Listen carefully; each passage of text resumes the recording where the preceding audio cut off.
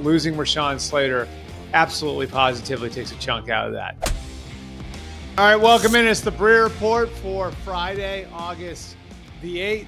We are back. I've got 17 camps in the books. We're going to go over all the camps that I've been to in just a minute, but a couple pieces of news to kick things off back here in the home office in Massachusetts.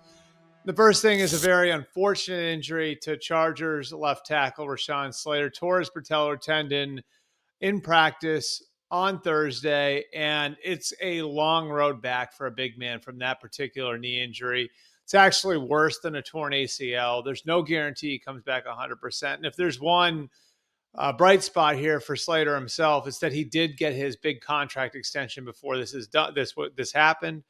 But he will be out for the 2025 season. There is some uncertainty as to what sort of recovery he can make from that particular injury. So as for what this means for the Chargers right now, this is a team that's built through its offensive line. And one of the things when I was there earlier in the week that really stuck out was the size of the team overall and how the team's been built in the image of Jim Harbaugh and what he's always looked for, whether that was at Stanford, at San Francisco, at Michigan, and now with the Chargers. And so losing your starting left tackle takes a chunk out of the identity that they were trying to build. That said, this is one of the deeper offensive line groups, one of the better offensive line groups in the NFL. And so my sense is the first thing they would do is move Joe Alt from right tackle to left tackle. Remember, Alt played left tackle exclusively, didn't play right tackle at Notre Dame after converting from being a high school tight end. So my sense is that would be the first option, would be to move Joe Alt back to what's probably his more natural position to begin with, and then try and fill in at right tackle. Trey Pipkins is somebody who's got a lot of starting experience. He's still on the roster. Jamari Sawyer has played some. He can play tackle. You also have the fail-safe of moving Mekhi Becton, who was really good at guard last year for the Eagles, but came into the league as a tackle, didn't do great at tackle, but still has some upside there. You have that option too. So the Chargers aren't out of options, but I think the issue here for the team is this was really where they were building the identity along those lines of scrimmage with size and strength and their ability to push people around. And losing Rashawn Slater absolutely positively takes a chunk out of that. All right, topic number 2, another injury, unfortunately. This one less serious. Anthony Richardson took a front side hit from David Ojabo in Baltimore on Thursday night, and the injury in the moment looked pretty bad. His pinky finger was bent the wrong way. They found that it was just a dislocated finger. They were able to pop it back into place. He may not even miss practice time as he moves forward in the quarterback competition. I've also seen some people blame the offensive line for this. Yes, David Ojabo came free. I think at least partially it's the quarterback's responsibility to see that, especially when the rush is coming from the front side, and sense it and identify that he's hot and he's got to throw to his hot receiver, whether that was the back leaking out of the backfield or another player underneath. So, quarterback recognition was definitely part of the problem there in the front side hit that Anthony Richardson took that wound up knocking him out of the game. Now, as for what this means going forward, I do know the ideal for the Colts was that this would be the point at which they would name a starting quarterback, that they would go through the joint practices with the Ravens and go through the game against the Ravens and then pick a quarterback, and then they'd be able to go into joint practices with the Packers next week and make a decision. I'm not sure, based on the way that the last few days went, that they have enough information to do that. Maybe they do. But they may want to get a longer look now, especially because Anthony Richardson didn't play as much in the game last night. And so I would think that maybe this drags the quarterback competition into another week where you get to see both guys against the Packers. You'll get to see Daniel Jones as a starter in that Packers game, and you move forward. But this certainly illustrates what some of the issues have been with Richardson over the early parts of his career, that he hasn't played enough, that he doesn't recognize things like that. The free rusher, again, coming at Anthony Richardson wasn't necessarily the lineman's fault. It looked, at least to me and a lot of other people who know football better than me, like he should have identified that. He should have known he was hot, and he should have hit his hot his hot read on that one, which I can't tell you who that would have been, the back or an underneath receiver, but there was somewhere to go with the ball there that Anthony Richardson didn't trigger quick enough to and go.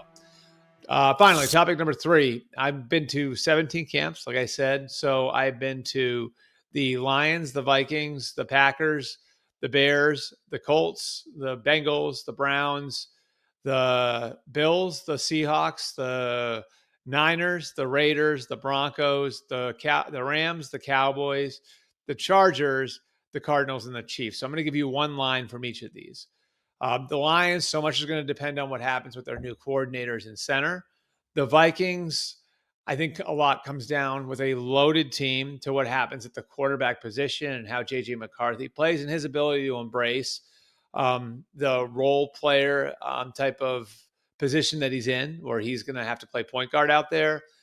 The Packers, I would say it's a good team that can be great if a number of players elevate to being great. Can a receiver or two do it? Of the young group that they have, can one of the defensive linemen become a 15-sack guy? Can Jordan Love become a great player? That's what's going to make the difference between the Packers being where they've been the last couple of years as a 10, 11 win wild card and putting it over the top and hosting playoff games. The Bears, this is obvious. The relationship between Caleb Williams and Ben Johnson is key. And the narrowing of the offense over the next few weeks is going to determine what that offense looks like. And ultimately, where Caleb's ability to be successful will be. We just went over the Colts. This is a team that had 29 giveaways last year, which was third worst in the league. They had the 29th ranked defense in football, and they still won 8 games. So if they can just get more competent on offense and get a little bit better on defense and take care of the ball, there's an opportunity to get better quickly there. The Bengals, intergalactic offense. I think it's got a chance to be a record-setting offense. Can the defense be middle of the league? I think that would be good enough. The Browns, as we've said before, I think are in a bit of a retooling where they're trying to get younger, which is why they traded the second overall pick. Everybody's going to be focused on the 4-man quarterback competition, but this is sort of they're in the midst of a transitional phase going from one core to what they hope is the next core. In hanging on to guys like Myles Garrett and Denzel Ward and Joel Bitonio, they do have a chance to be competitive through it. The Bills, my one thought would be Super Bowl or bust. Everything looks so easy for Josh Allen right now, and they have the Allen era 2.0 cast in place with a lot of those guys paid. We'll see what happens with James Cook. His situation going forward contractually will be interesting. The Seahawks, I think they're another good to great team. I think they can get to 9 or 10 wins as presently constituted. So can Sam Darnold elevate them? Can Jackson Smith and Jigba, Devin Witherspoon, Boye Mafe, Derek Hall, Charles Cross, can those guys become upper echelon players? Their positions are already really good. If they can do that, maybe they got a chance to contend in the NFC West.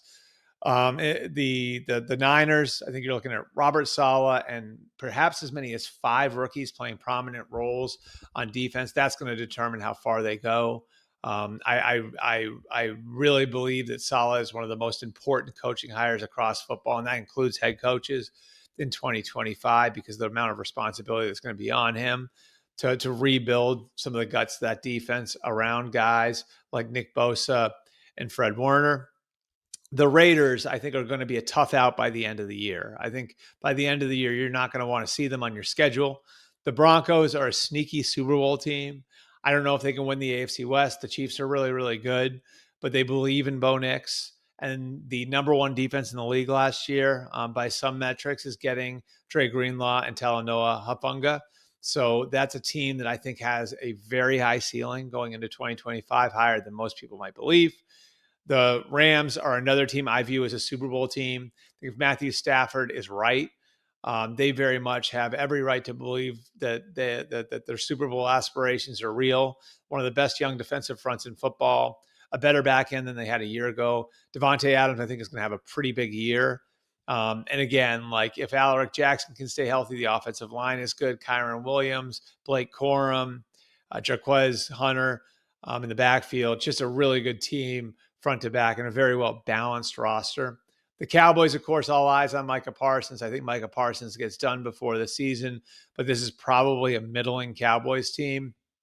The Chargers, again, I would have told you before the Slater injury. I'll tell you now that they have really leaned into the Harbaugh identity. This is going to be a difficult team to play because of the size that they bring to the table and the strength they bring to the table. And before the Slater injury, I can tell you they felt like they were better at every position than they were a year ago. And that, of course, is coming off of a playoff year. The Cardinals, this is a big step up year for them with so many young players. And so those first and second year draftees really have to break through. They're better across the board than they've been the last couple of years. Can they get to the next level? And can Kyler Murray make the routine, mundane play? That's really the question. It's balancing that with the spectacular that he's capable of.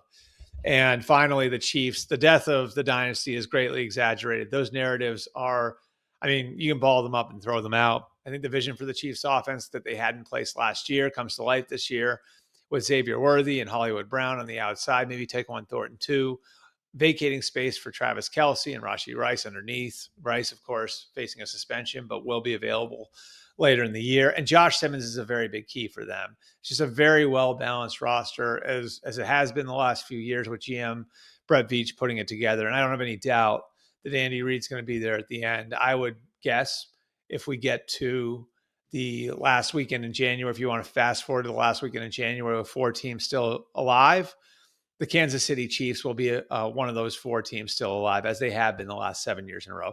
Appreciate you guys coming out. Appreciate you guys checking out all of our camp takeaways, all of our camp content. We'll have more coming from you for you when we get out on the road next week. We will talk to everyone then.